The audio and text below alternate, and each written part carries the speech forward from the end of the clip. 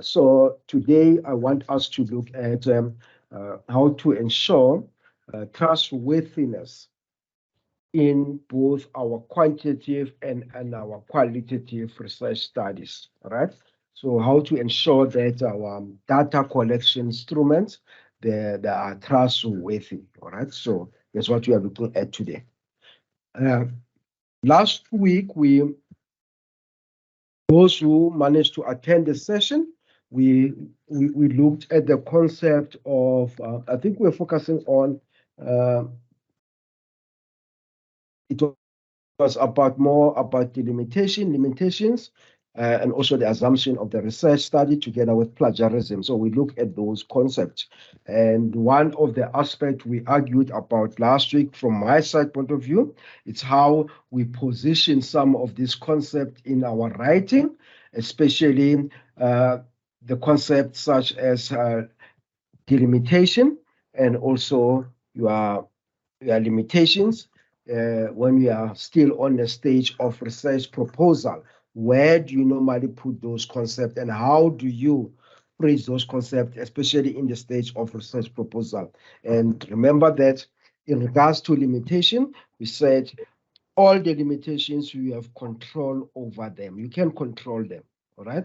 Basically, you are the one who decided we are the one who decided to conduct this research at a specific area and also about this topic. You are the one who have decided about the population, the sample, and all of those, and also the methodology. So that's a delimitations. But when you look at limitations, you don't have control over those limitations. There are a lot of factors which can contribute to the limitations. For example, when you are writing up your research proposal, as I argue, colleagues, and I'll argue until I've been convinced around that, I can't project or preempt my limitations. I can't.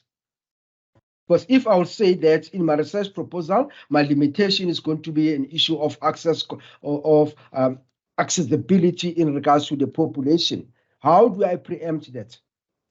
I'm telling in advance to say I'll have that as a challenge to access the population. What will happen when I'm now in the process of actioning up my research proposal and I'm writing up my research report and I don't have a challenge in regards to access the population? How am I going to correct that in my research proposal? So basically what I'm arguing is that I feel better from my side to include the concept of limitation in my research reports instead of my research proposal, except if you are writing for a certain level. For honors, definitely, we expect you to understand all this concept. So that was an argument I had, and I'll hold that argument, I don't know until when, until I've been proven wrong.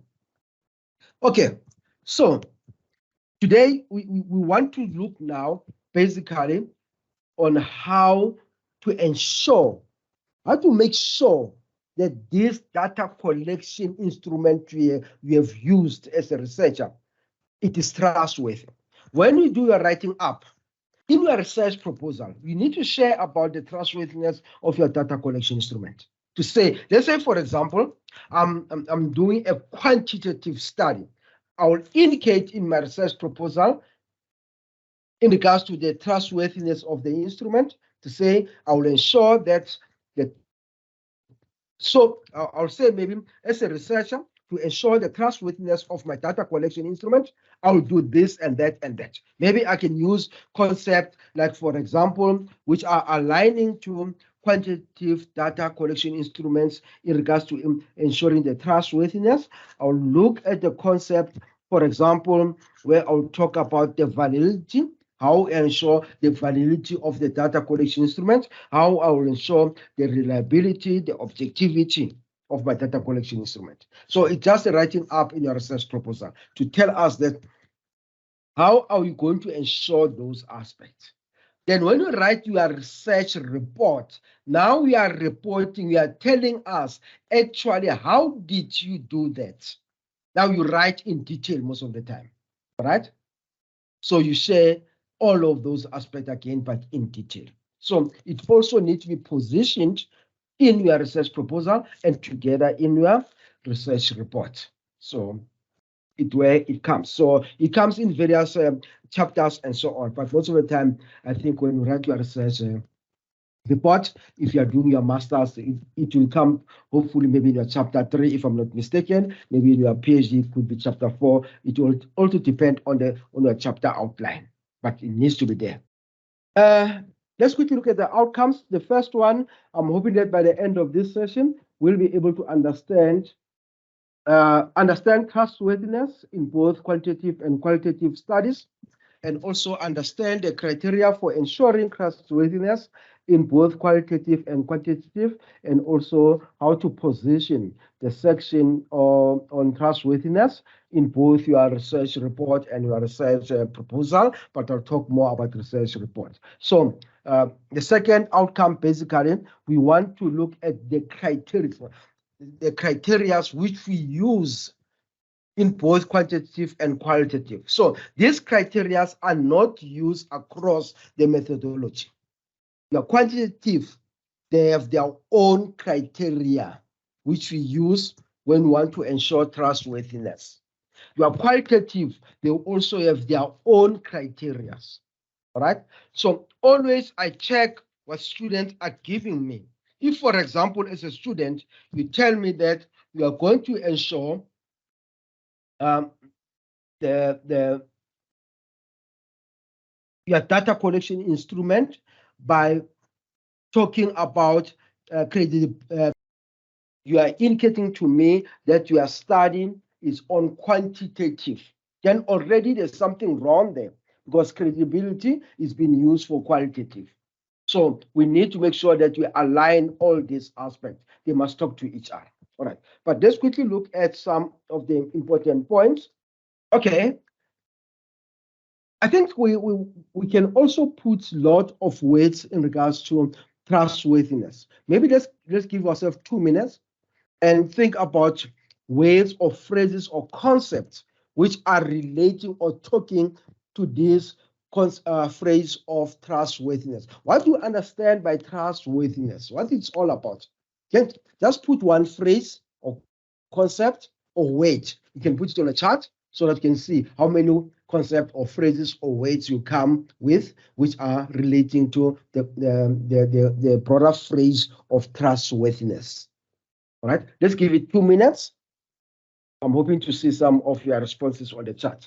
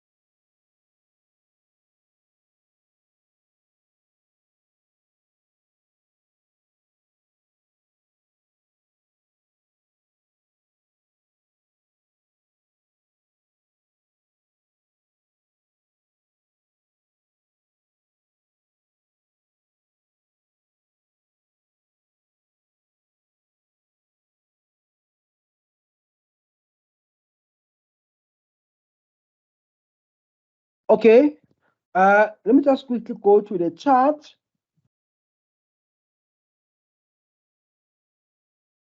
All right, a lot of phrases there which are coming up, and I really appreciate it.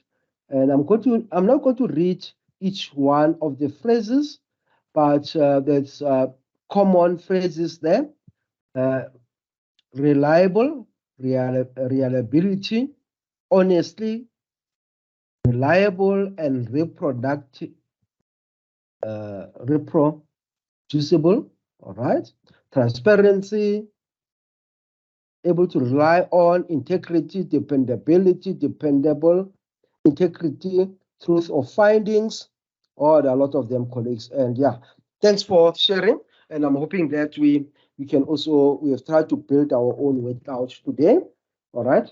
And before I can just go to the next slide, I just want to thank Mem Noktolo. I can see that on the chart as we are moving week in and week out, most of the of our students and our colleagues here who are attending the workshops are not requesting the slides. It means now everyone is able to access the recording and also the slides of our previous presentations. The number now is reduced compared to the past sessions. We applaud your work, Mem Nokolo. Let's quickly go to the next part. I want us also to look at what is trustworthiness. What we understand it from various authors. Definitely, various researchers, they refer to this concept of trustworthiness as their understanding. And one of the things which I want to share with you, colleagues, maybe I'm bringing this for a reason. I know that most of us, when we do our reading, we use a lot of articles. And there's nothing wrong with that, colleagues. And it's good to use articles. We encourage our students to use articles, all right? But remember that articles, they are just a short version, all right, of whatever study which was conducted. And sometimes you may find that in some articles, a concept, it has been paraphrased for several times. And when you come also as a student, you start to use the same concept and you paraphrase it, and it has already been paraphrased. So what I'm encouraging my students to do is that maybe we need to start to use the actual sources. For example, the books. If, for example, I want to understand the concept trustworthiness, why don't I get a correct research methodology textbook which talks about that? Or maybe I can request an ebook via the library. They can do that, colleagues. All right, so that you read it, you understand it, then you become the first person to paraphrase that in your writing. All right, because sometimes when you rely on the articles, some of the articles have been peer reviewed. It's fine, but remember, peer reviewing is subjective. Other peer reviewers, they don't read some of these concepts in detail. They just accept them the way they are, even though they are wrong. So when it comes to me as a student, I use the wrong information also. But if I have used the original source, all right, the original textbook by the author, then it's easy for me to understand the concept in the correct way. So that's why I'm encouraging you guys. Let's try to use sometimes the original sources as much as possible. If they're not available, you can also request it via the library. All right. So they can be able to give you the ebook around it. You just have to follow the correct procedure there as a registered student of the institution. So basically, how does this concept trustworthiness is being defined? It says it's defined as the believability of the researcher's findings. That is, all that the researcher has done in designing, also in carrying out and reporting the research to make the research credible. In other words, when you look at trustworthiness, we are saying you are a researcher. We need to trust the outcome of your research. Then your study becomes trustworthiness, right? Is it credible? Can I believe in what you have put in your research? If I go out and do almost similar research, applying the same methodology, applying the same data collection, will I get the same results? So we need also to make sure that we ensure the credibility of our study. What does credibility mean? It refers to an extent to which a research account is believable and appropriate. All right, to the level of agreement between both the participant and the researcher. Your research, it needs to be credible. I need to believe in it. It needs to be valid. All right? Remember that validity is defined as the extent to which concept is accurately measured in a quantitative study. Right? Then, in other words, if your construct or your variables as the identified statement are talking to the correct variable or construct, then it means the construct, it is valid. So you need also talk about validity. I think we've spoken a lot about the concept of validity when we're referring basically to quantitative methods. To say, when you design your quantitative data collection instrument, we agreed that you can approach it in two ways. The first approach is whereby you design your statements, you don't group them. If I have 100 statements, it means in my questionnaire, I'll just have to put them, all those 100 statements, without any grouping them. And the second way which you can design your quantitative data collection instrument, let's say a questionnaire, you can start to group your statement according to the variable or according to the construct or according to the factor. If, for example, I have 8 constructs or factors, then I'll look at my statement and group them according to those factors.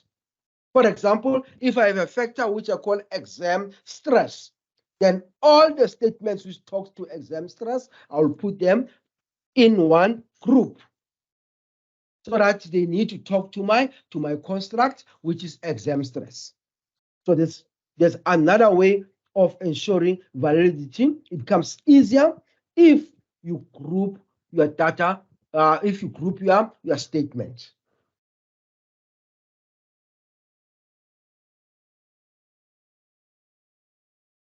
And when you look at the concept of reliability, it's been defined as the accuracy or precision of an instrument. How accurate is this instrument? Is it reliable? Can I take the same instrument and subject it to another different setting? Will I get the same results? If I use this data collection instrument of mine, let's say it's a questionnaire, and I give a questionnaire to students who are in the province, which we call it Gauteng province. Then I analyze the results, then I get certain results around it. Can I still take the same data collection instrument, the questionnaire, which I've used in Gauteng, and give to students who are in Northern Cape? Will I get the same results? If I get the same results, it means this instrument, it is reliable. Right? So we need to understand the difference between these concepts. They are very important, colleagues. So we must try to use them in a correct way.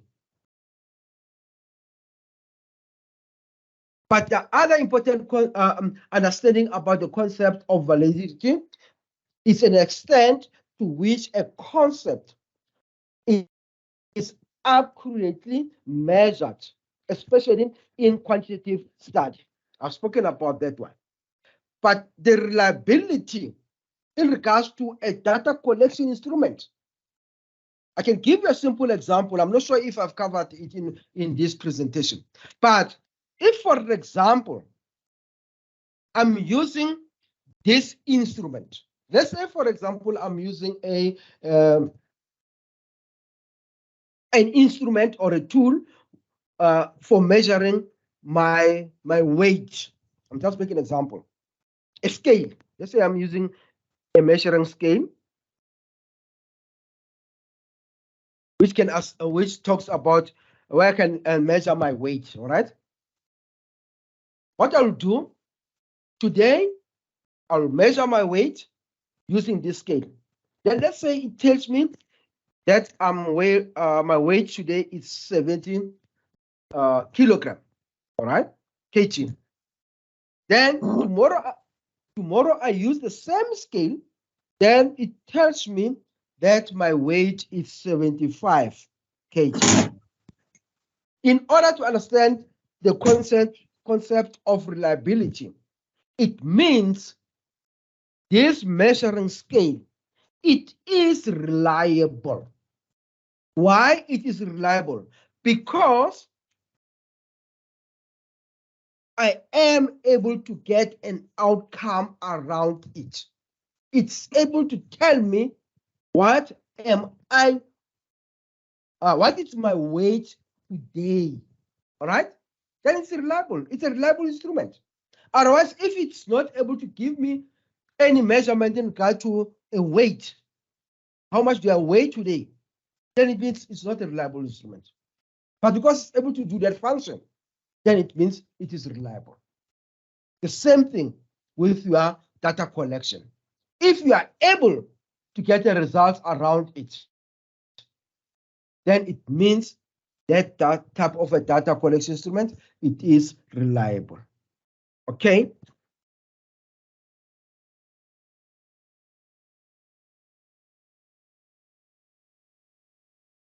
I want us to understand the concept of trustworthiness when we are looking at quantitative methods. All right? Your quantitative research is basically it's entailing the collection of numerical data. We know that it talks about numbers and so on.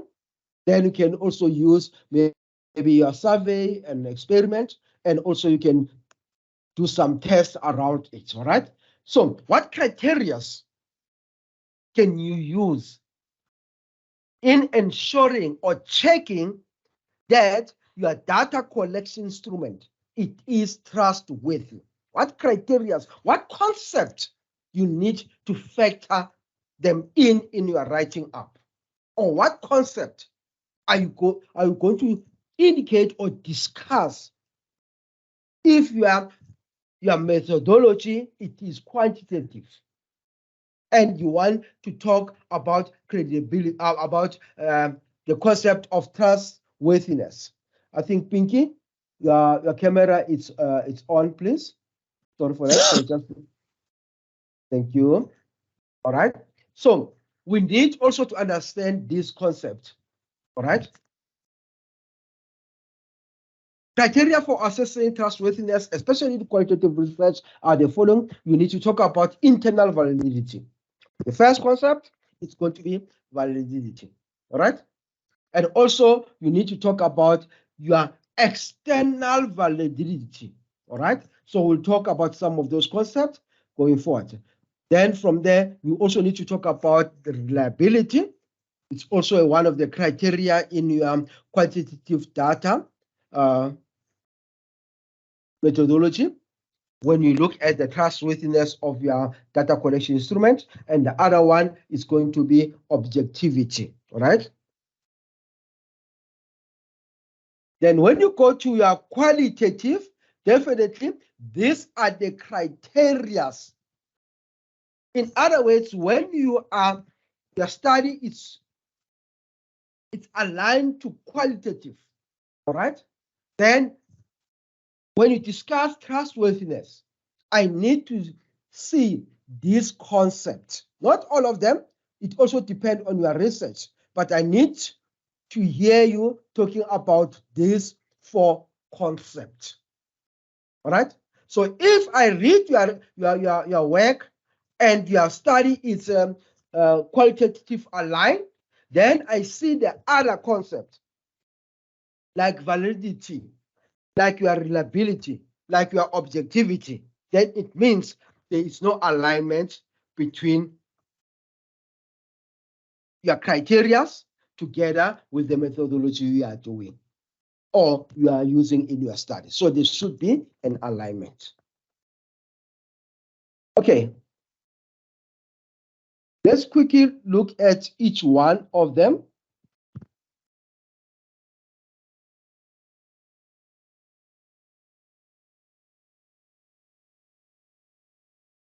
I want us to look at internal validity. Basically, a study is internal valid if it is able to determine whether sometimes you call casual, sometimes I don't know, but where I always like to say, I'm talking about relationship here, whether a causal relationship exists between two or more independent variables and one or more dependent variables. All right? So always when you talk about variables, already it tells you, it does tells you that you need to have two aspects. You need to have an independent variable and together with a dependent variable. And also, it's going to tell you directly to say you need also to develop some hypothesis around your study. All right. And that's why most of the time when you talk about hypothesis, we indicate two concepts of variables, the independent and the variables and the dependent variable. In other words, your causal relationship, it means that one variable depends on another variable. There should be that relationship. All right. So you must test it. And how do you test that relationship? You test it by developing a hypothesis. I think we spoke about it in one of the presentations when we were looking at the difference between a research question and a hypothesis. Your internal validity is the degree to which the design of an experiment controls exogenous variables. What are your exogenous variables? All right. Please, you pardon my voice. I think I've strained it this morning with the other tasks, but it's fine. I'll try to cope a little bit. But basically, what we are saying with the concept of extraneous variables, we are saying when you do your testing, there are other factors which can also determine the outcome of your results. I'll give you this example. Maybe let's try to understand the concept of extraneous variables first before I go to an example. All right. We are referring to those aspects which could have an influence on the research results, but has nothing to do with the experimental treatment you are trying to do. All right. And remember that when you talk about experimental research as a strategy, it means there needs to be a control group. They need to be independent and dependent variables. But even though you have the independent and dependent variables, there are other factors which can also contribute to the outcome of your results. I just want to make a simple example. If, let's say, I want to check if this aspect of educator enthusiasm, when you say the educator has enthusiasm, in other words, this educator knows what he or she is doing, he likes the subject content, and you want to check that all of those things, they contribute to the learners to pay attention to what the educator is trying to present. But remember that you can try as much as possible as an educator to give that enthusiasm in your presentation of the content. But there could be other factors which can also contribute to your learners not to pay attention, which you are not even aware of.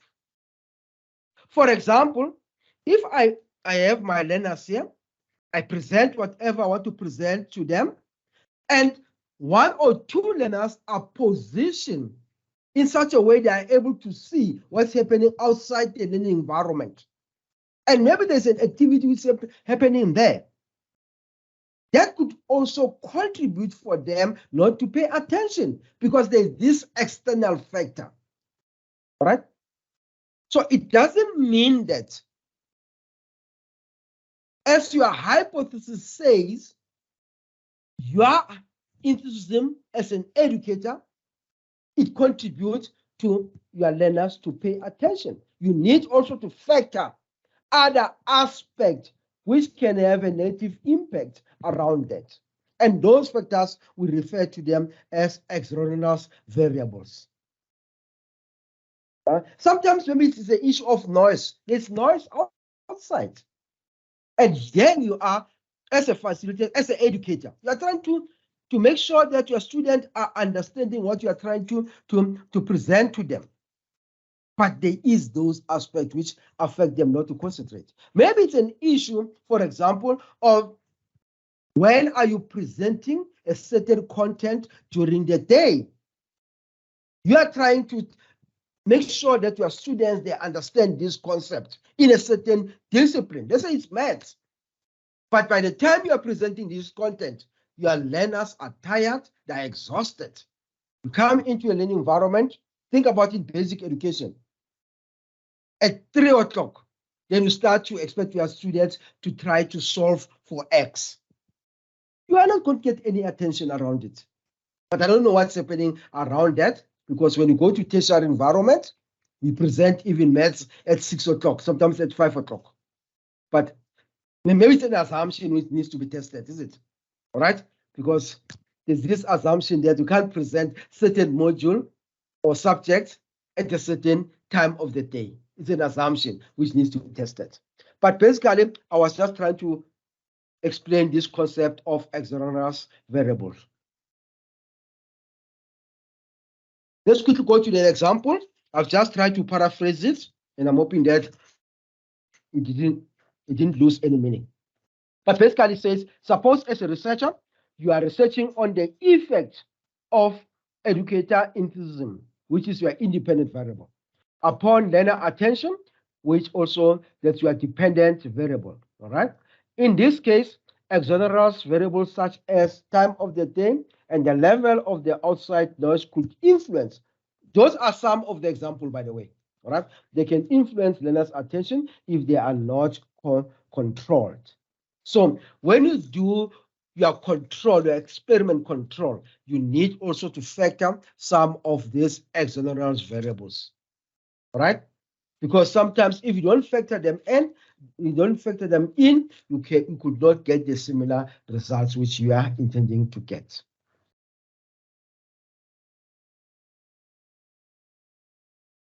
I want to go through all of these quantitative aspects in regards to trustworthiness. Then we'll take questions on the chat, and those also want to raise their hands, they'll be able to raise their hands. All right. Then you also have your external validity. Your external validity, basically, what does it say? External validity concerns whether the results of the research can be generalized to another situation, either populations, different subjects, settings, time, and occasions. I think someone said they've lost me. Can you hear me, colleagues? Yes, we can hear you. Okay, thank you. The majority, they can hear me. Maybe you need to reconnect. With someone who said they've lost me, just try to reconnect. Thank you, colleagues. Let's quickly look at another concept which also talks to the how to ensure quantitative trustworthiness in your data collection instrument. It talks about external validity, which says that according to White and also Teacham, they say external validity concerns whether the results of the research can be generalized to another situation, either in your population, different subject settings, times, and occasions. All right. A valid measuring instrument is being described as doing what it is intended to do. that is measuring what it is supposed to measure accurately. All right? I think for me, maybe there are various authors, even though I know it's an old source, but I understand valid from that perspective. If you say to me, is my instrument valid? I'll say my instrument, it is valid because it is measuring what it is supposed to measure. Then it becomes valid. If, let's say, for example, I want to measure student understanding in regards to study skill, what instrument am I going to use?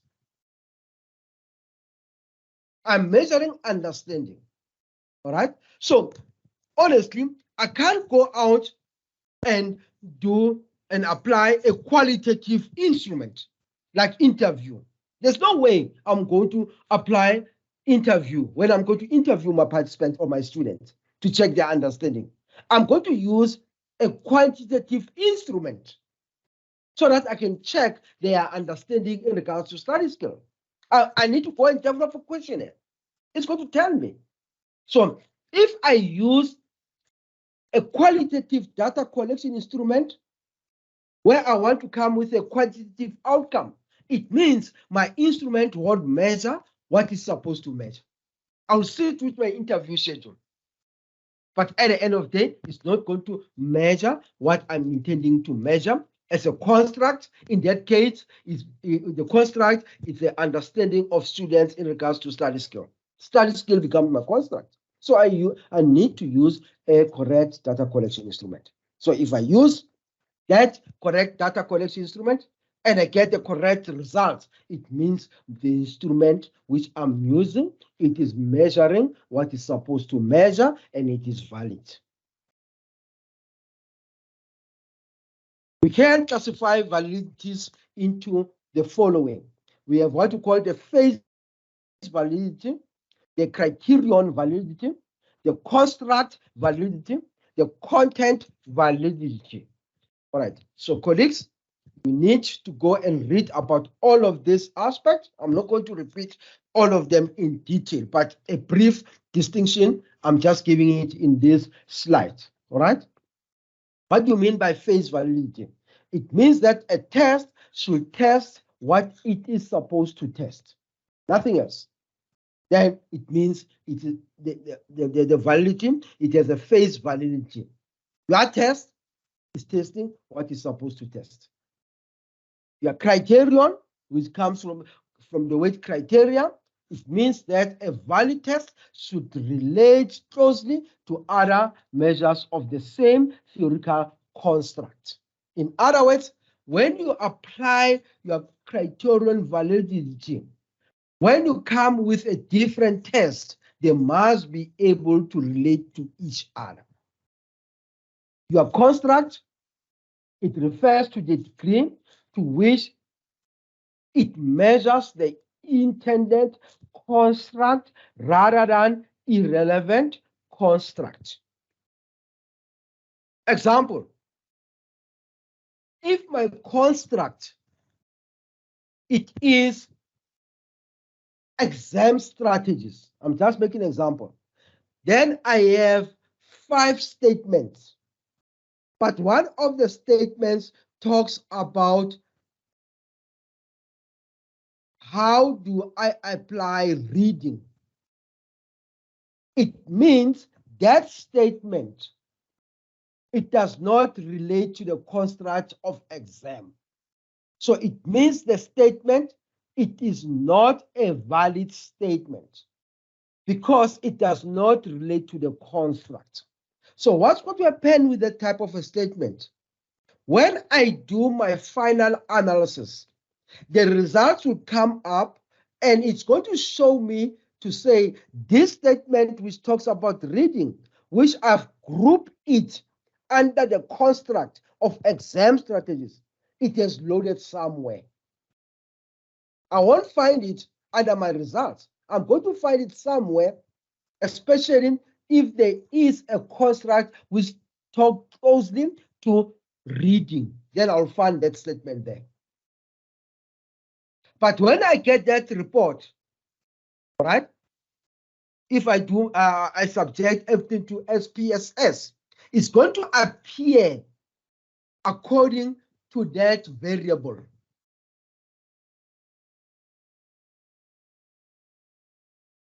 So in other words, when you look at construct validity, we are saying that basically the statements are talking to the construct which you are trying to test. All right. Then you have your content. Your content definitely is your statement.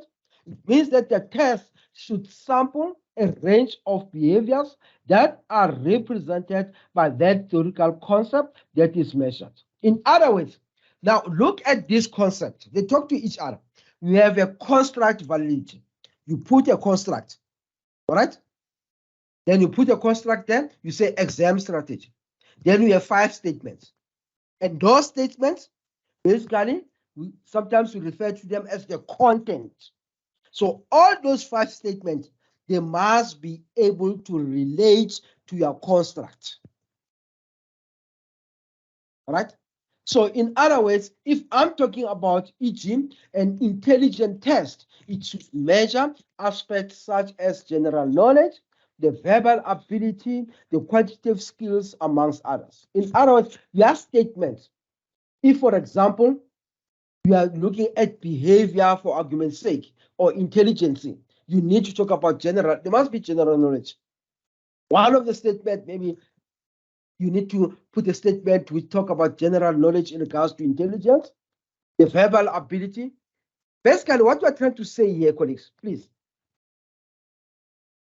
all these aspects in regards to the valid or the validity of your data collection instrument, you need also to look at the construct. You need to look at the statement. And they must talk to each other in that aspect.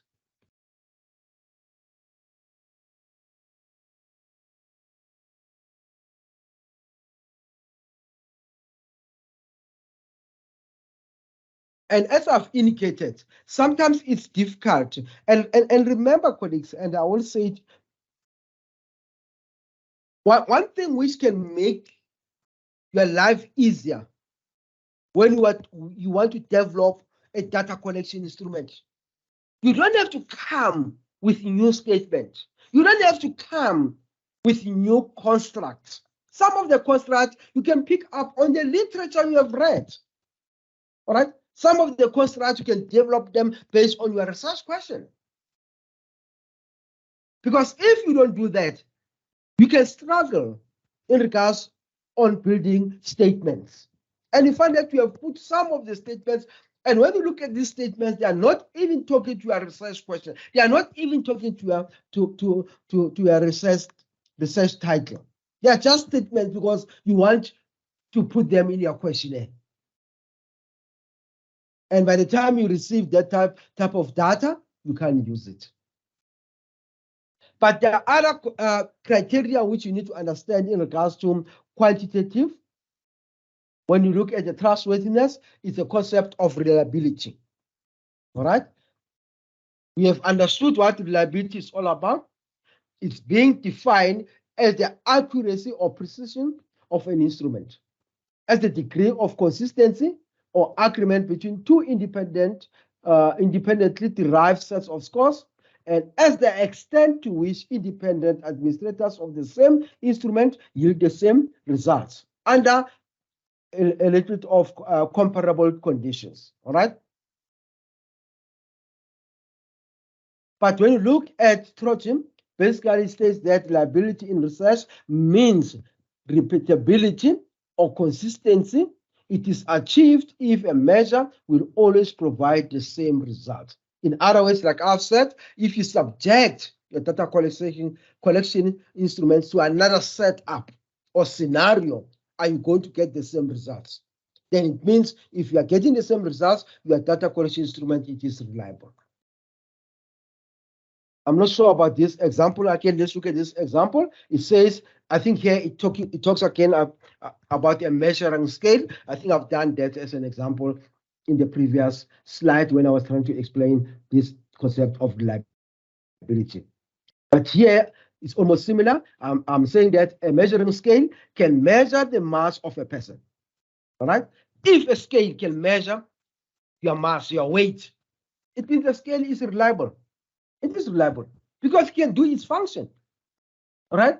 But if this scale, measuring scale, cannot give me the results, my mass or my weight, it's not reliable. I can't rely on it. All right. But look at this example. It says a measuring scale can measure the mass of a person as 77 kg on 2 different days. All right. In other words, today I step on this measuring scale, and my results or my mass or my weight, it says 77 kg. I do it today, I do it tomorrow. Remember, there are other factors which the scale didn't consider. One, today, let's say at 12 o'clock, I do the measurement. It says 77 kg.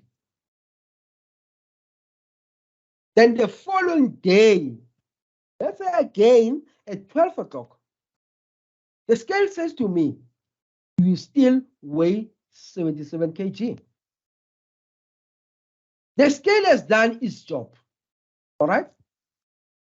It was able to give me a measurement. I can't blame it now.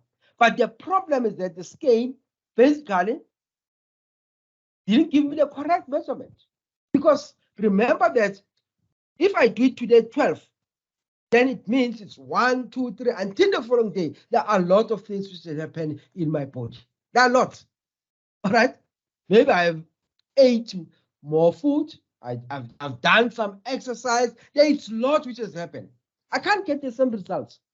It should be a little bit. Maybe it could be 77, something or 76, something. All right, but can't be exactly.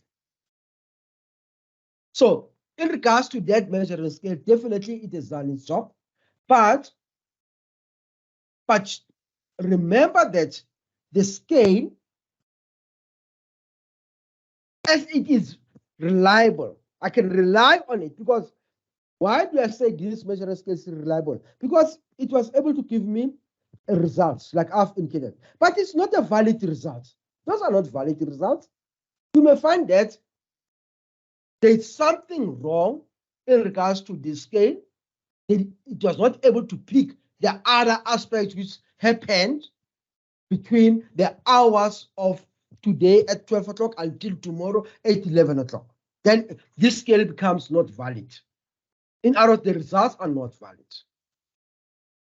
Because you may find that there's an addition in my weight, or I'm now weighing less the following day. So remember that the issue of reliable, it's when a measurable instrument can give you results. But you may find that the results you are getting are not the valid result. It's not a true reflection. Okay, maybe my example, it's a bit complicated, but as you read through it, colleagues, you can get other examples around this concept where you distinguish it between reliable and valid.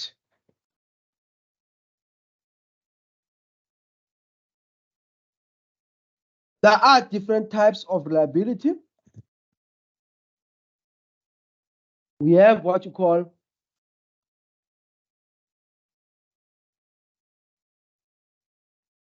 stability, alternate forms, split half techniques. You can just read those aspects for this. They are very simple.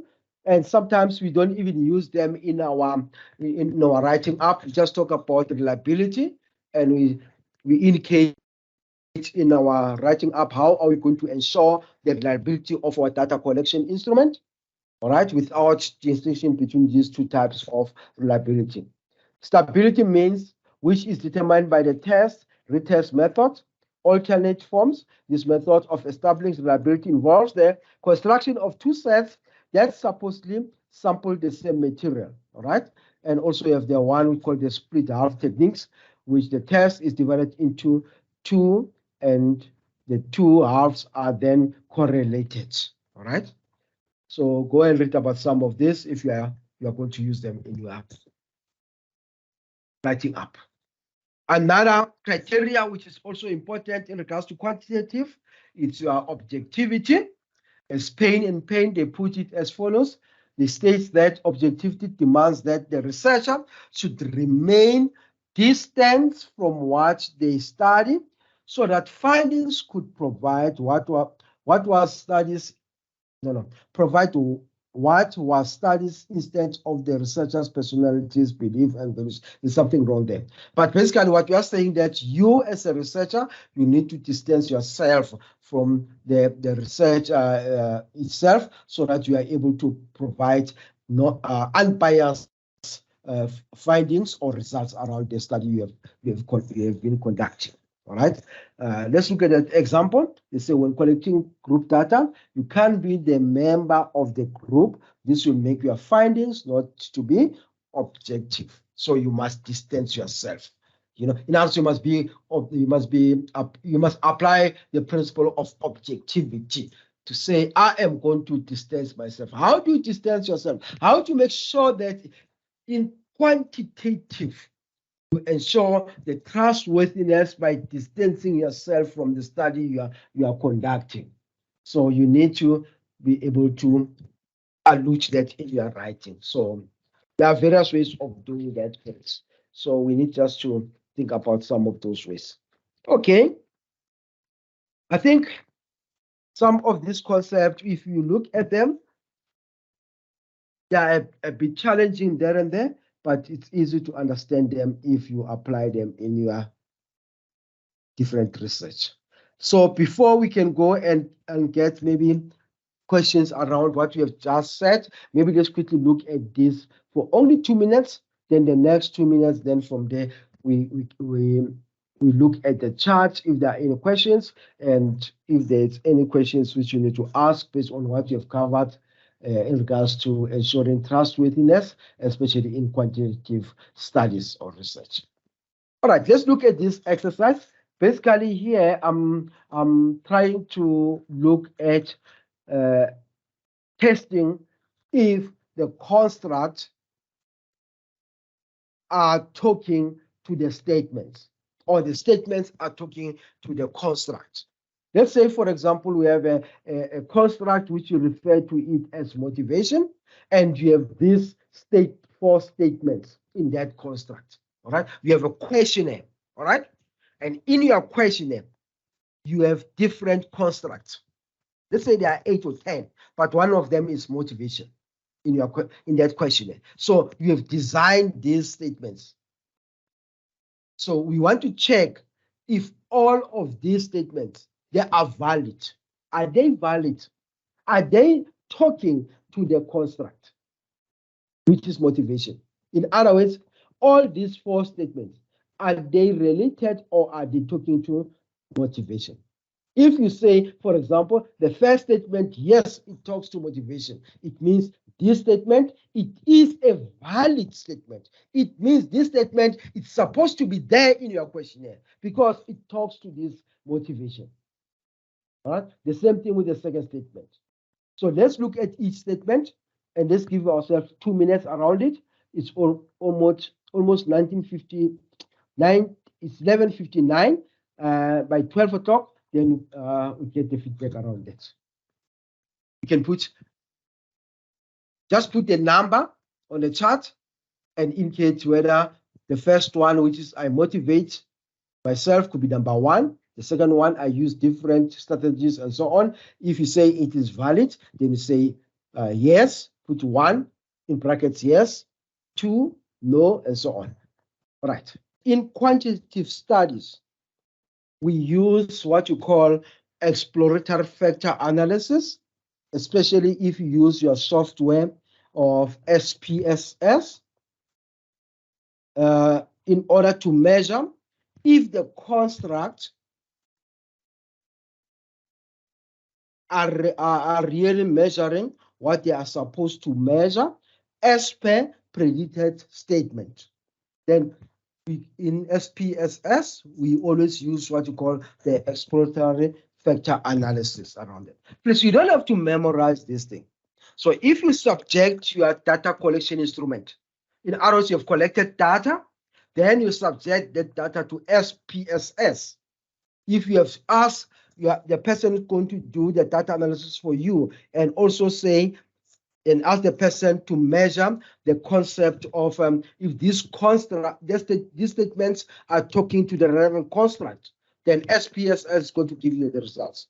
So let's assume, all right, I'll come to that after I've just tried to understand what you have given me here to show you how it's going to come up in your results from the SPSS. I'll put it on a chart.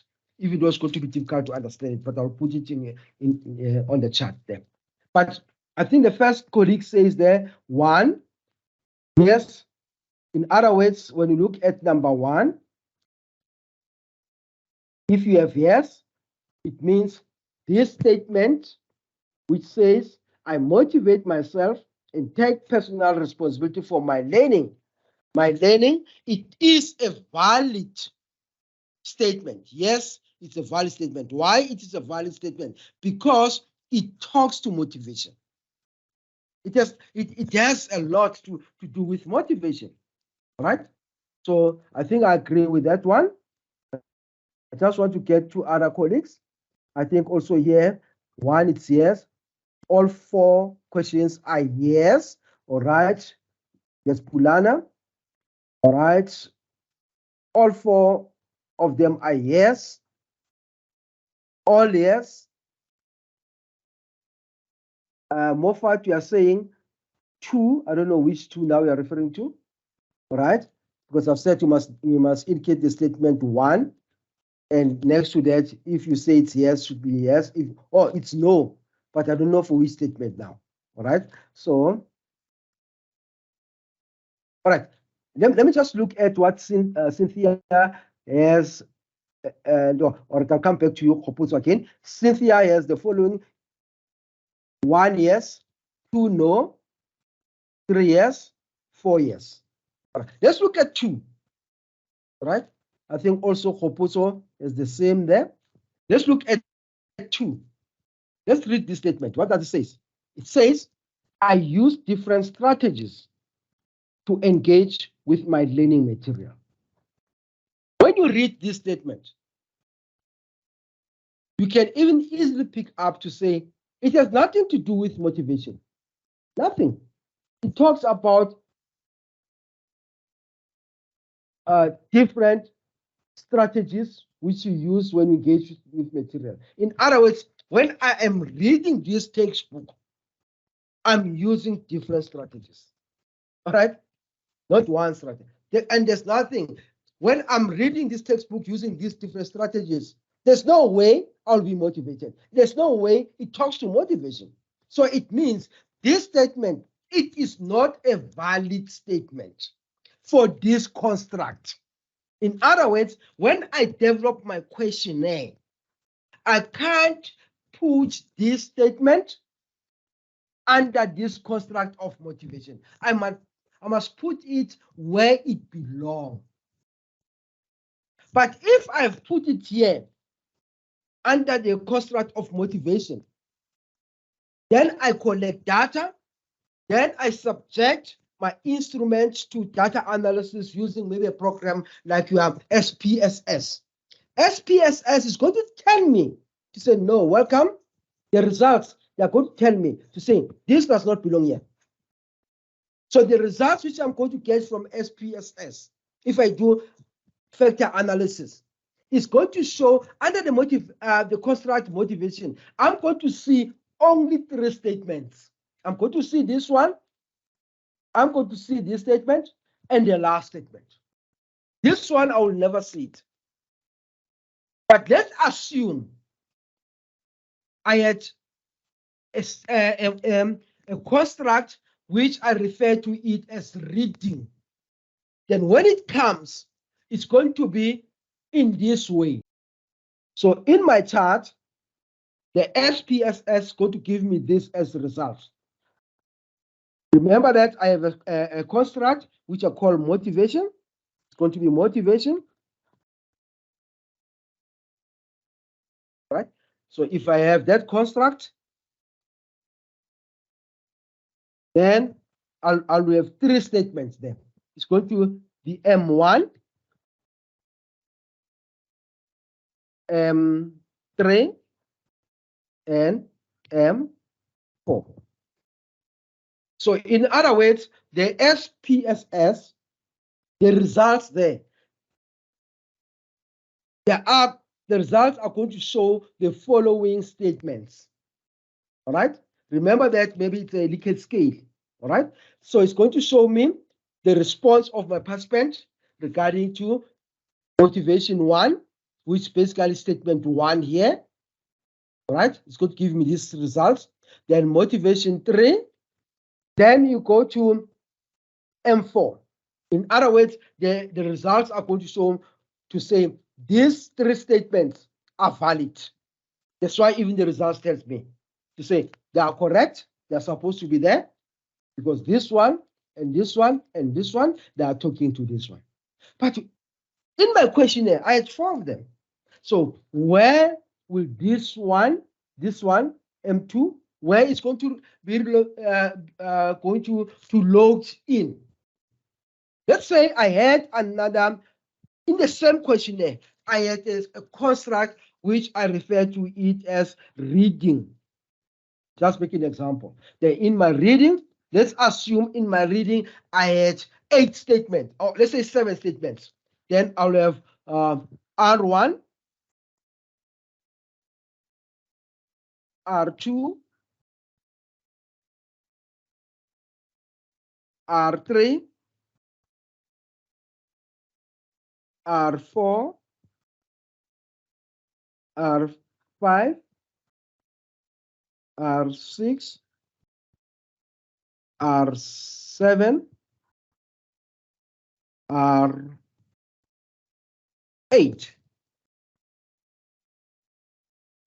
Then it's going to be M2.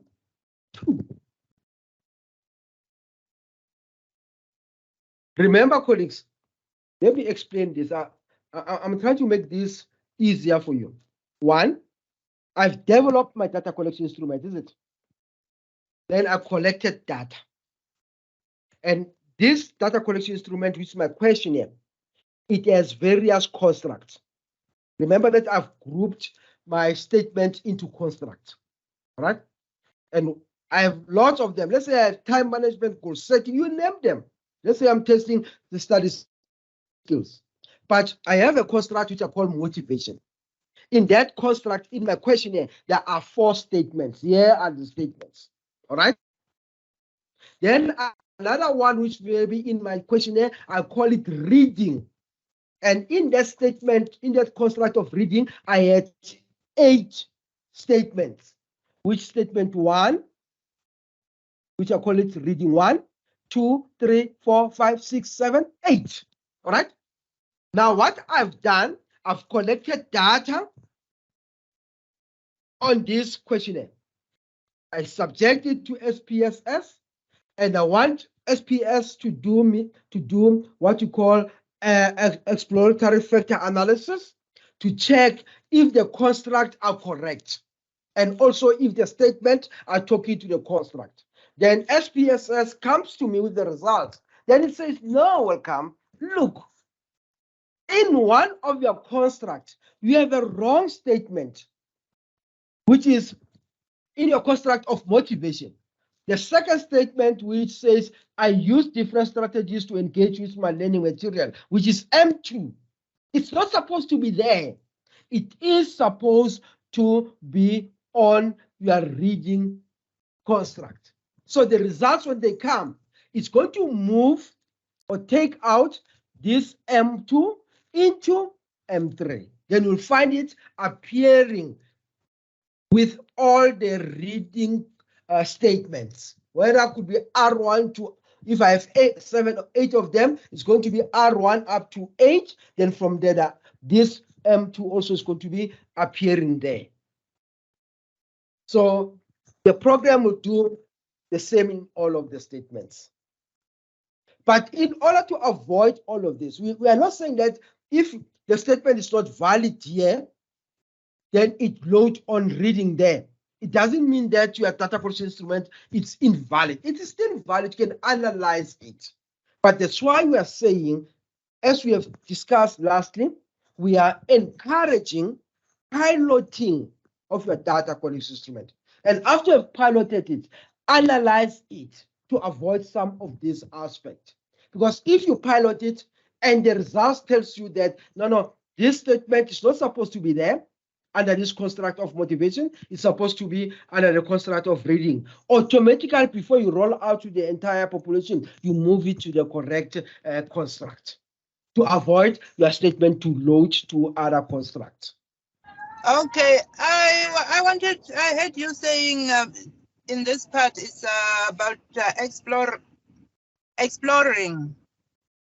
When you were explaining the reliability part before we could come to the exercise, I'm not sure. I just need clarity. When we do quantitative, are we exploring or is it an explanatory?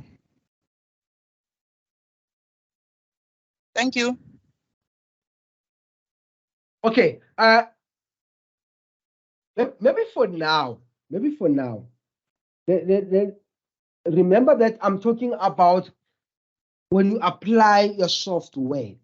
That's what you call exploratory factor analysis. All right. In other words, you use your software.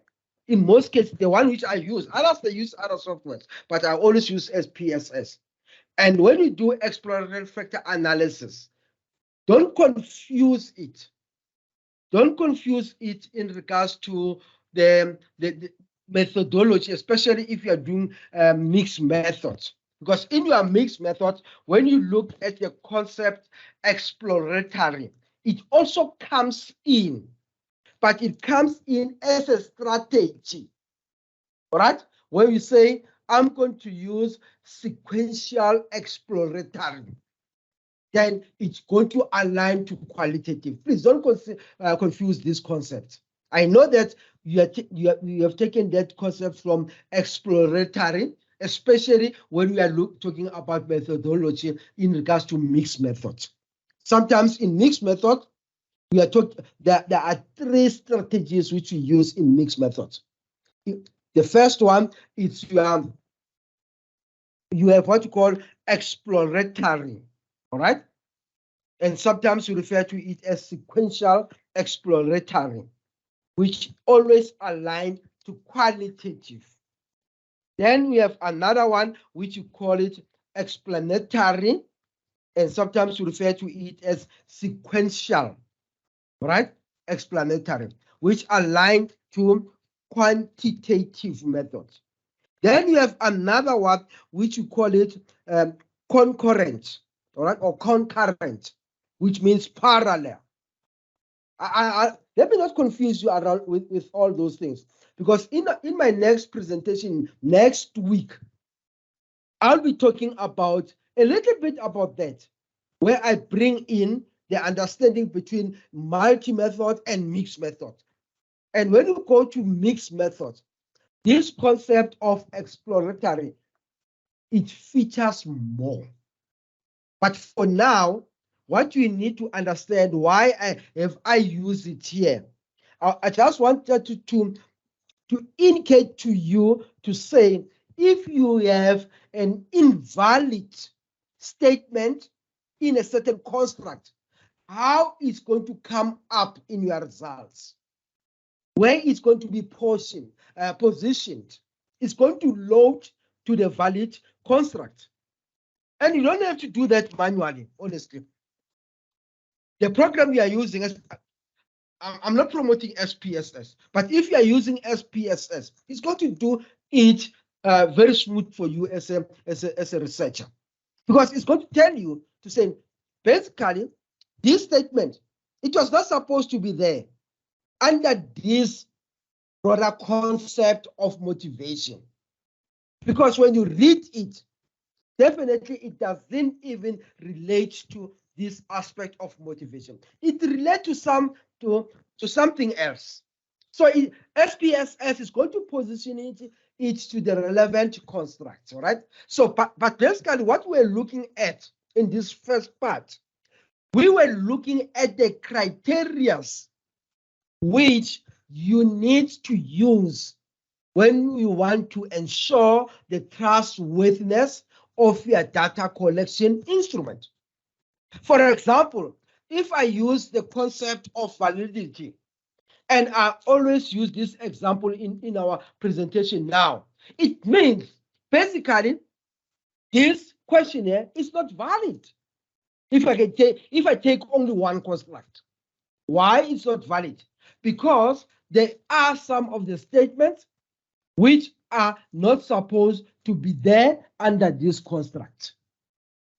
I think I need to leave it at that point, but I've just clarified. Thank you, Prof. Thank you. Thank you. I understand now. Thank you. All right. I'm hoping that you attend next week to hear more about what I've just said. All right. We've got another colleague there. There's a hand I can't pick up. Whose hand is this one? Okay, good afternoon, Doc. Good afternoon. Yes, good afternoon, Doc. My question is, Doc, on when ensuring the reliability, the credibility. If I get my data, it's raw. For an example, regarding my title, my data is raw from HR regarding the police, those who were killed at JMPD.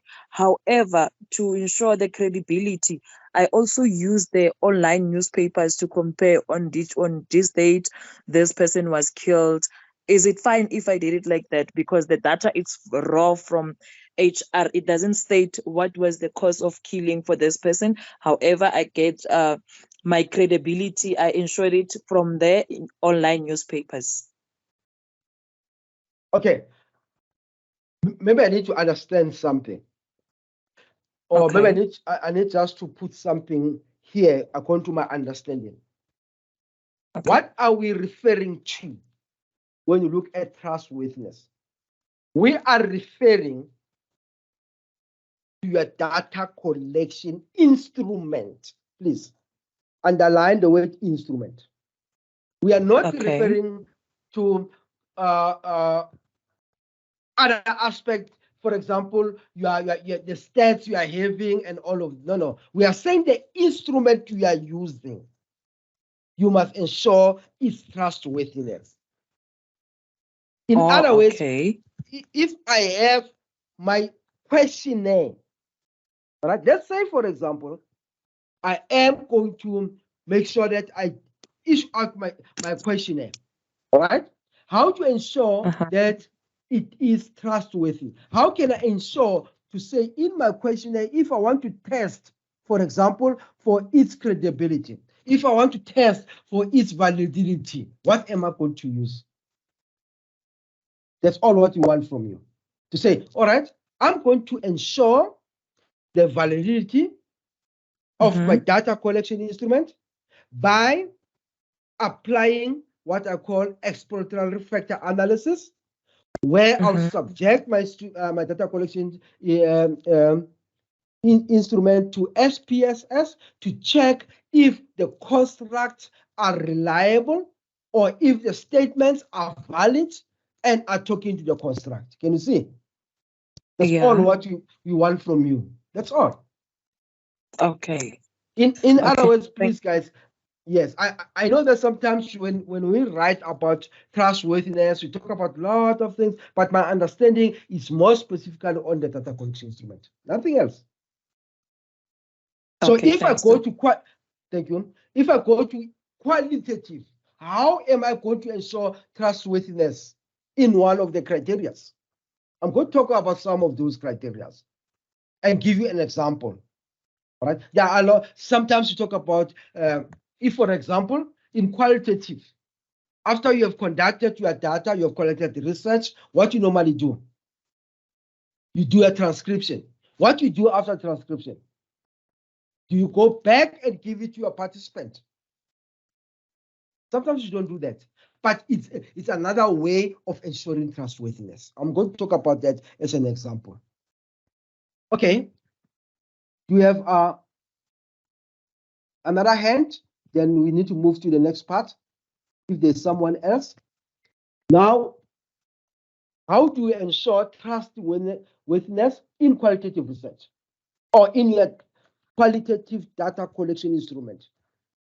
The purpose of trustworthiness in qualitative research is to support the argument that the inquiry results are worthy paying attention to. These are some of the criteria or dimensions in qualitative research. All right.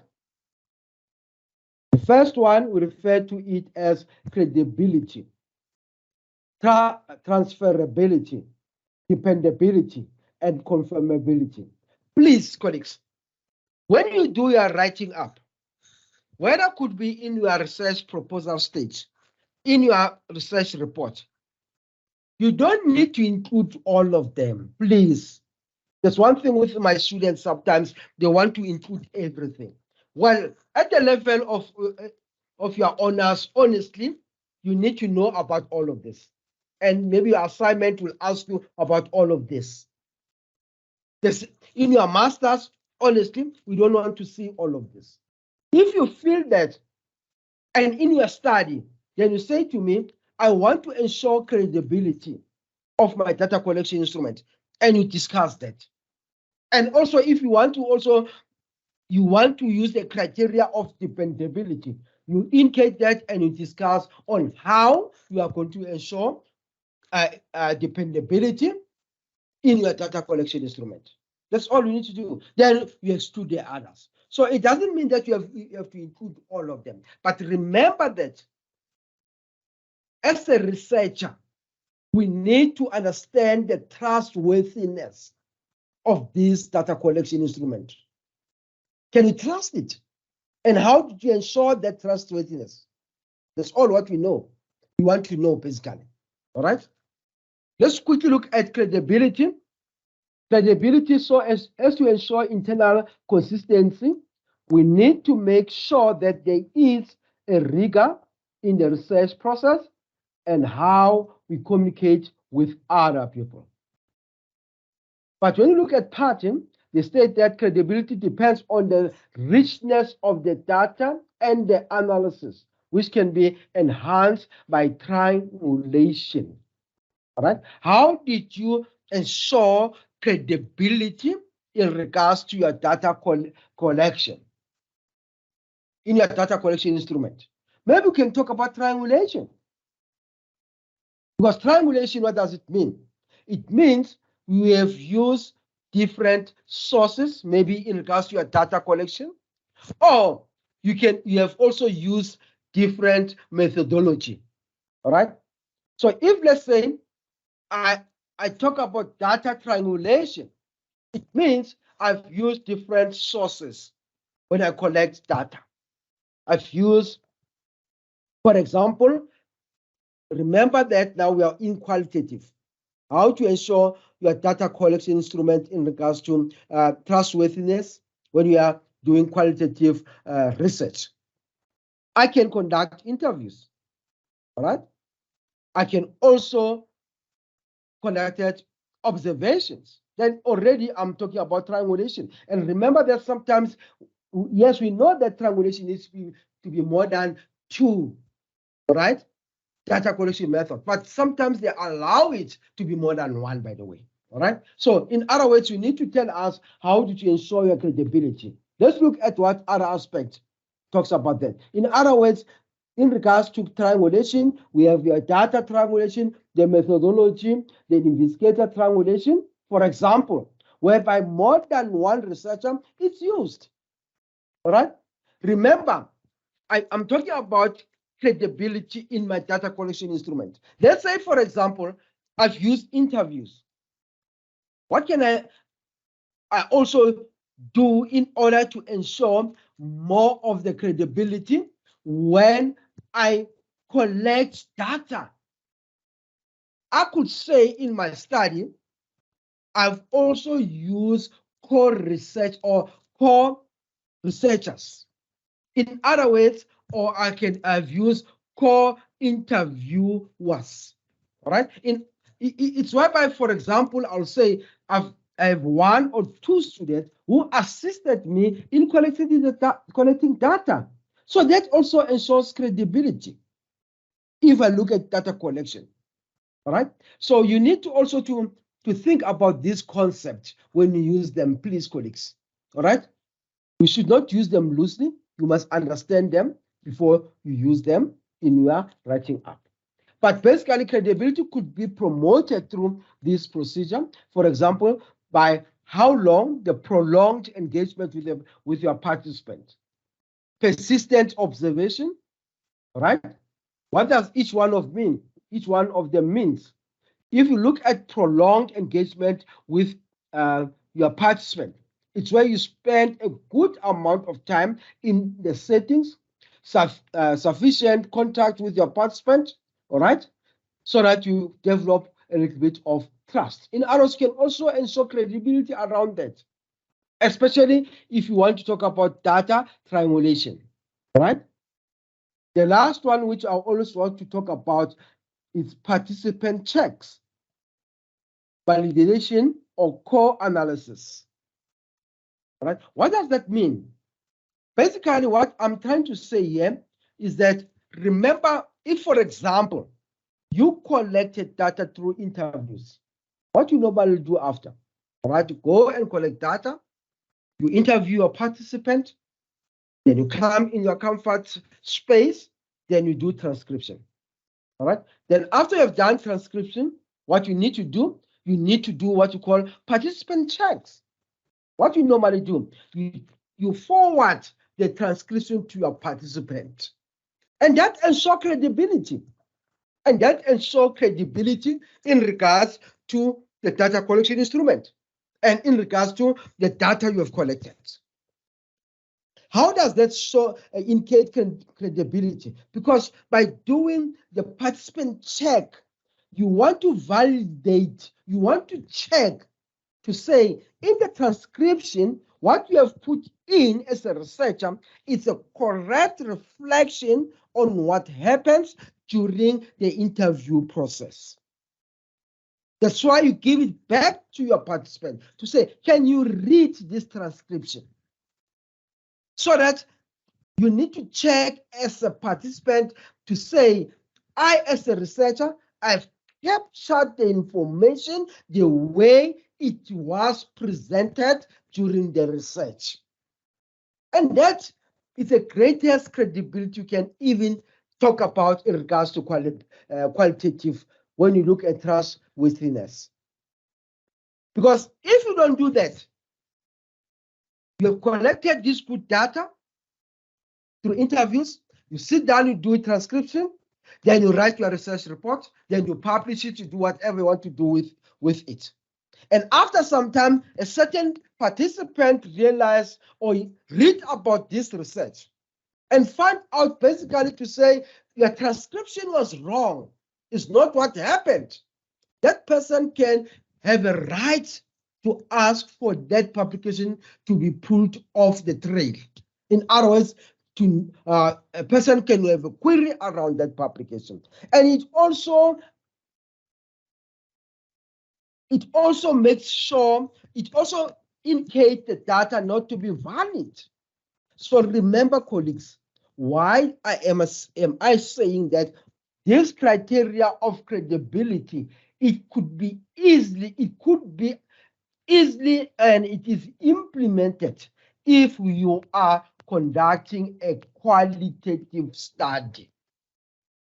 And for only one reason, honestly, if I'm sitting with my qualitative participant, how many participants I'm talking about, by the way? Remember, we spoke about the sampling in qualitative. I can't apply credibility, honestly, in my quantitative study.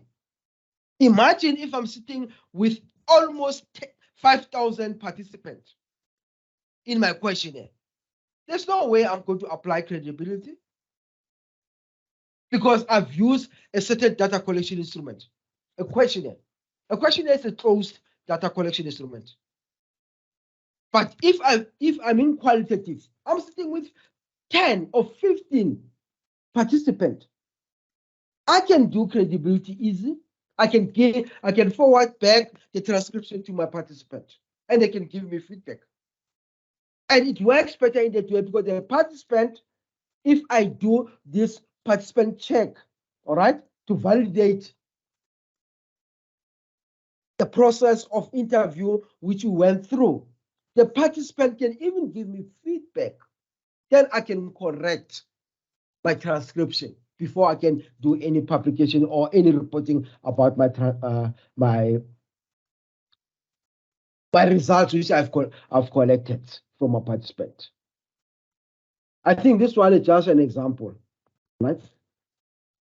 Where I talk about consequences if you didn't do proper participant checks. And colleagues, this it's easy to, and I'm encouraging colleagues, especially those who are more on qualitative. Please think about all what I've just said here, especially in this aspect. And that will beef up your writing. All right. Another criteria which is almost coming up in qualitative is transferability. It indicates the level to which the audience has the ability to generalize the results of the research to his or her own context. Transferability is done when the investigator gives adequate information in regards to research content, the processes and members, and also maybe in regards to the researcher-participant connection. It is the responsibility of the individual seeking to transfer the research findings to a new different situation or population than that of the investigators of the initial study. Basically, your transferability could be promoted through these procedures by providing thick description of the data, e.g. focus on the context, culture, characteristics, and so on, all right? And also describing the setting and also describing your participant. And those are the aspects which you can also indicate when you try to unpack the concept, the criteria of transferability, all right, as a criteria.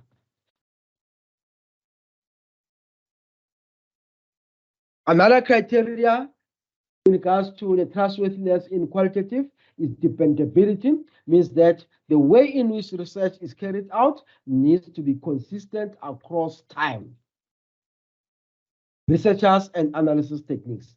In dependability, the procedure by which results are produced must be explicit and repeatable. I think, in other words, what you are trying to say here, this criteria, it says your results you can depend on your results and they can become more repeatable, all right? In other words, if I conduct a study here, if I go and conduct the same study in another area, the results, they need to be more repeatable. I must get almost a similar result, all right?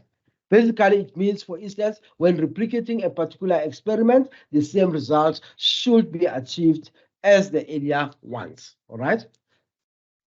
How to promote dependability? It could be through external audit in which other researchers could be able to evaluate the dependability of the process that was involved when conducting this specific research. Another interesting one, colleagues, which you can also include in your trustworthiness for qualitative, is confirmability.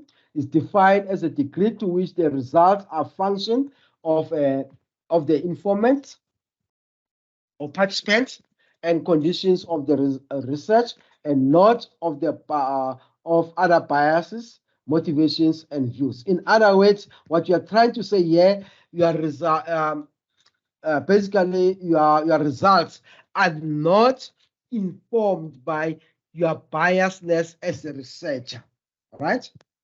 So we are trying by all means that we avoid our results to be informed by biasness of us as a researcher. That's why also the sampling part of it comes in. Shenton also indicates that steps must be taken to help ensure as far as possible that the work's findings are the results of the experiences and ideas of the informants rather than characteristics and preferences of the researcher. I think the author here tries to also to allude that basically our results, they should not be informed by our own biases, right, as researchers, but they must be informed by the experiences, right? The reflection, the perception of the participant. That's why we are looking at this concept or the criteria of credibility or of confirmability in regards to qualitative, because it's where you can also distinguish the issue of participant views. And if you inform your results based on your participant views, definitely you are overcoming the issue of biasness as a researcher. So everything will come from your participant. As a researcher, the procedures from promoting confirmability is that focus on how you get at the data so as to confirm its validity. And also do an audit your analysis. This will confirm that as a researcher, you have properly moved from your raw collected data to findings and conclusions. So you need to do a little bit of to audit your analysis, all right? And I know that some of these things, they take a little bit of time, but how do you audit your analysis? You may try and give it the analysis which you have as a researcher to someone else to look at it, to find out if it's more, it's applicable to the criteria of confirmability, all right? So we encourage you guys to do lots in regards to some of these criteria. Okay, I'm not sure, Spusiso, what you are referring to. You are saying, do you do the same for conclusion after interviews? No, remember, I'm not sure if I'll respond in the correct way, but when we emphasize participation check, we are saying when you go through this process of qualitative data collection, there are various things you are going to do. One of them, you are going to develop an instrument, is it? Then from there, you put the instrument into place where you do interviews. Then you conduct interviews.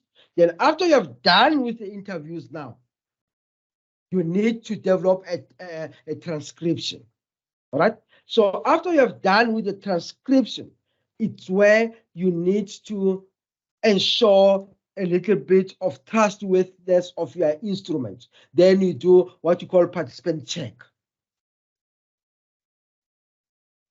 The developed transcription, you subject it again to your participant and say, look, guys, you remember that we have these interviews and you responded to these questions. And here is a transcription.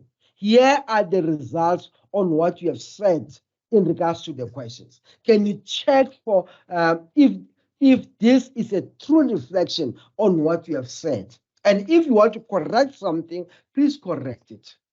That's what we call participant check. In other words, you are ensuring to say this type of a data collection instrument, it is valid. All right, you check the content and all of those things. Then they give you results. Then you correct. So that when you do your findings of the results, you put it the way you have agreed with your participant. Unlike if you don't do that, you do your own transcription, then you publish, you do whatever. Or you find that there are a lot of things you have put under that transcription, and it's not what the participant have said. So imagine after some time, one or two participants realize those aspects. You are in trouble because you have your own biases now. You put things the way you understand, but it's not what the participants have said. So if give them the opportunity also to read their responses. Because remember, the interview is not a test. It's something which you want to get the perception. So they are going to correct you there and there, if there are any aspect which they need to correct. I'm not sure if you wanted something different, Spusiso, regarding that. No, I think, Doctor, I'm partly covered. So I think my question was around, I'm not sure whether confirmability is addressing it. So you're done with the participation, you send a transcript to them, their responses. Then once you are done with that, as a researcher, you come to sort of a conclusion based on their responses. What I was asking, do I have to obtain feedback or do another participant check? An example, we discussed the mental issues, what, and this is what I think as a researcher. Then I take my conclusion back to the participant. Are you happy with my conclusion based on our discussions that we had? Is that confirmability or conclusions are for my gatekeeping? No, remember that now, what's going to happen now? The whole process, you want to look at the trustworthiness, isn't it? Then you are done with that. If you give it to them and say, look, guys, here is the transcription, look at it. If there are any things which you agree with or you want to correct, please correct them. Then if they've corrected everything, then you go and you do your analysis and your interpretation, then you write your results and your findings and your conclusion. But basically, they are going to read about the whole report at the end. Remember that if you have promised your participant to say, after I've done with this study, I'm going to forward you the publication, whether it could be in the form of a thesis or a dissertation, then you honor your word, then they're going to read about everything by then. So otherwise, if you are going to send the conclusion to them and so on, they are not going to even to understand the conclusion. So you are the one now who's going to write the conclusion. In other words, the purpose of doing all these participant check is just to ensure a little bit of trustworthiness, and it beefs up your data collection instrument to say, look, it was at the end of the day, what I've put there as the participant responses is the true reflection on what happens, because also the participants, they are agreeing about that. I gave them a chance to read it, so they confirm that I've captured the event the way we went through the event during the interview process. So the conclusion and the function and the findings, they are going to read about them at the end of the writing up of the report. That's why we say sometimes when you do data, when we choose our participant, when we promise them to say after the research, I'm going to ensure that I make the outcome to be available to you guys, you need to make sure that you keep to that weight. And that's why I'm just adding something here, please. That's why when you apply for permission from other institutions like the GDE, they will say you, or they indicate that they want to see the final results in the form of a publication. That's why you always forward your dissertation and also if it's a thesis to them. So yeah, I think that's how far I can end. Okay, this just a little bit of a summary. It's a very brief summary in regards to the criteria. I've just put it in regards to the different criteria as per methodology. For example, if you look there, I've just put quantitative and qualitative. I've just put the criteria which are used in each one of the methodology. I think we've covered that honestly. And also, yeah, I think that's what I've done here. Nothing else. All right. It's almost a repetition. But where do you position it? But where do you write it up? In your research proposal, colleagues, simple. When you write your research proposal, you indicate under your research methodology. Then from there, you have what you call trustworthiness. How you are going to indicate your trustworthiness in regards to which criteria you are going to use to ensure trustworthiness. Then you indicate the criteria. You briefly describe it honestly. And I think in research proposal, you just briefly describe it. Then when you write your research report, now you expand where you tell us about the how. Because remember that in your research report is more about application, right? Then you describe it. How did you ensure it, right?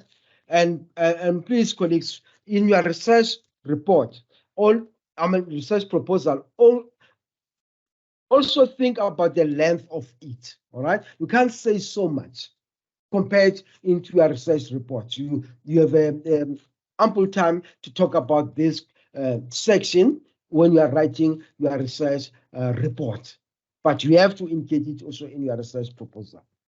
I think this one is just an example. You can just go through it when you get the slides. But here I'm just giving an example if a student is using a multi-method, all right?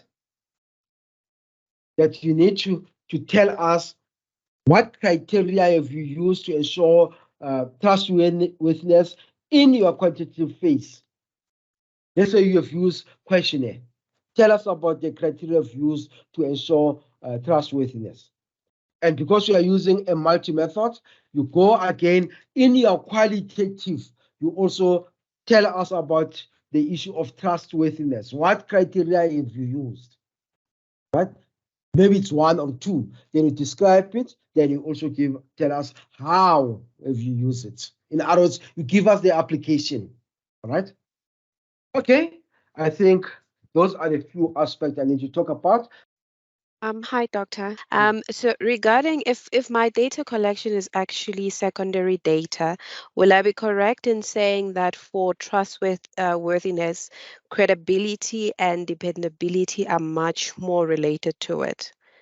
Because I see transferability and confirmability, there's no one that I can actually go back to confirm if my data collection is actually correct, since I'm using data that was already collected by someone else. Okay, I'm just thinking about your question now. I think it's going to be a bit of a challenge. Remember that now it also talks about the type of study you are doing. I'm just thinking about another colleague here. She's doing a different study. All right. Basically, she's going to do more document analysis. All right. Okay. So there's no way this student is going to say, I'm going to collect data via interviews, via a questionnaire. It's going to be more on the available resources already. And the student's going to collect all the student's going to go to all the archives related to the topic and do what you call document analysis. So there's no way the student will say, I did ensure trustworthiness in my study. So it also depends on the study you are doing. In your case, definitely, I don't see you talking about trustworthiness because already the data has been collected by other authors or by someone else. So you are going to work with that data. So there is no data collection instrument which you are going to put up for your participants. That's my understanding. In other words, I don't see you designing any data collection instrument. Just correct me around that. Are you going to design any data collection instrument? No, not at all. You see now, that's what I'm trying to say. So how can you ensure the trustworthiness in your data collection instrument? Because remember, that's why I was saying when you look at trustworthiness, we are focusing, colleagues. We are focusing on the data collection instrument. I think all of us now, we understand what is a data collection instrument. Yes. Yes. So if there is not instrument which I'm going to use or design, how am I going to ensure trustworthiness, because there's no any trustworthiness which I need to ensure in this case. All right, it Because makes sense. yes, you are working with an already existing data. All right, thank you, Doctor. Yeah, I think that's my understanding, colleagues. Maybe if someone have another point of view, you need to just to share with us. Maybe there's another study which talks in regards to trustworthiness in a different way. But my understanding, definitely, it's about the data collection instrument, the one you are going to design, right? So, yeah, we can leave it there for now. We have another colleague. Oh, someone wants me to go to the references. And please, if you look at some of my references, colleagues, they are a bit old. Please, colleagues, try to use the recent one, honestly. Right? There are a lot of the recent sources. So, but I'm not saying these ones are not usable. They're still usable, by the way. Okay, so, all right, there's a colleague, Spusiso. Have we entertained your chart there? You say how to deal with the Hawthorne effect when conducting interviews. Can you just share with me that? I'm just thinking about all of this. What do you mean by that? What does it mean?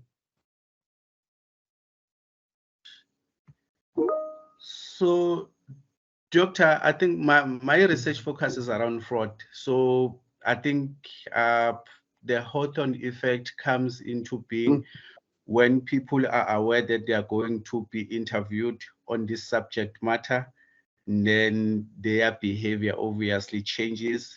That includes their responses, so that they give more of standard responses instead of giving their honest views in terms of what can be done differently to manage and mitigate against fraud risk areas within a municipal environment.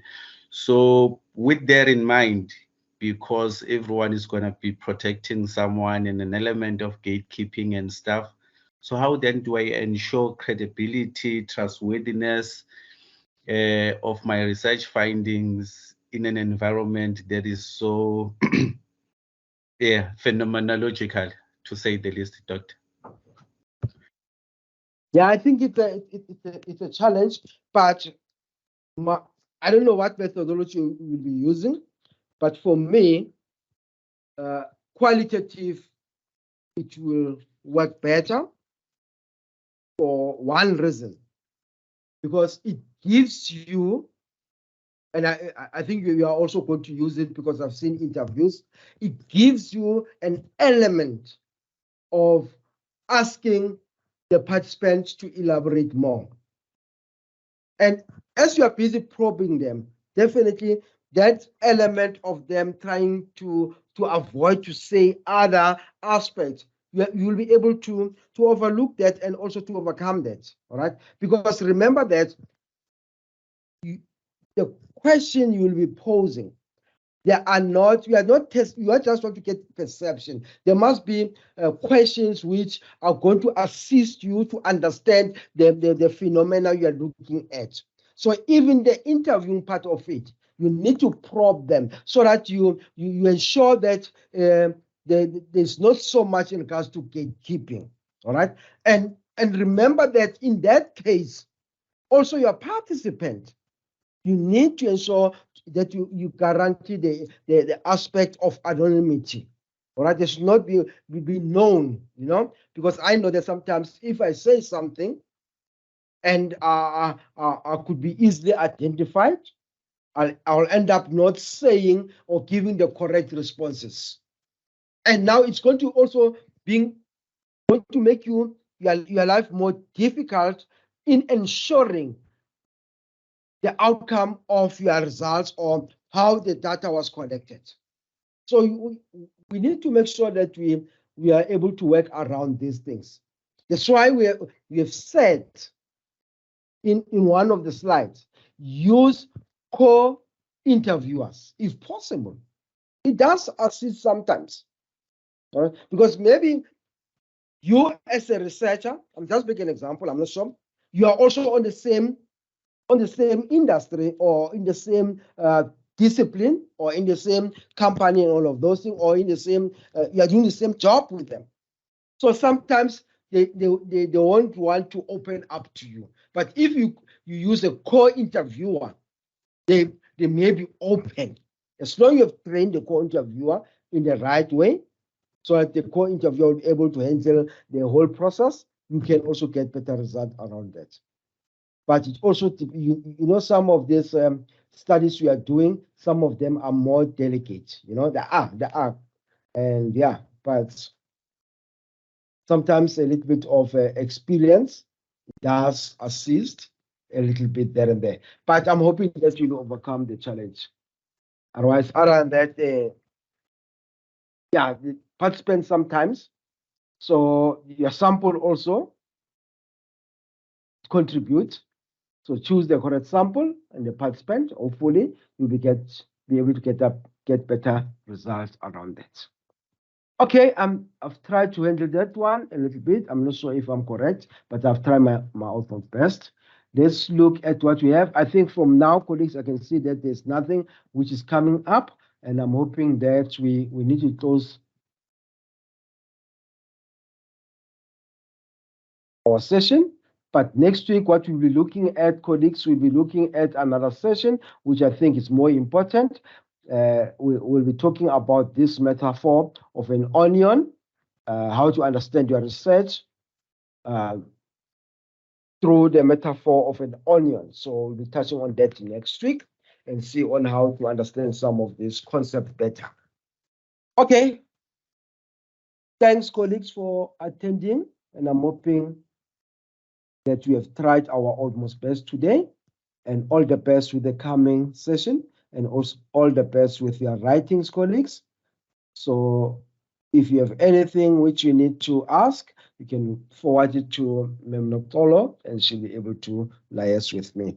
Thank you, guys, and keep well, and all the best.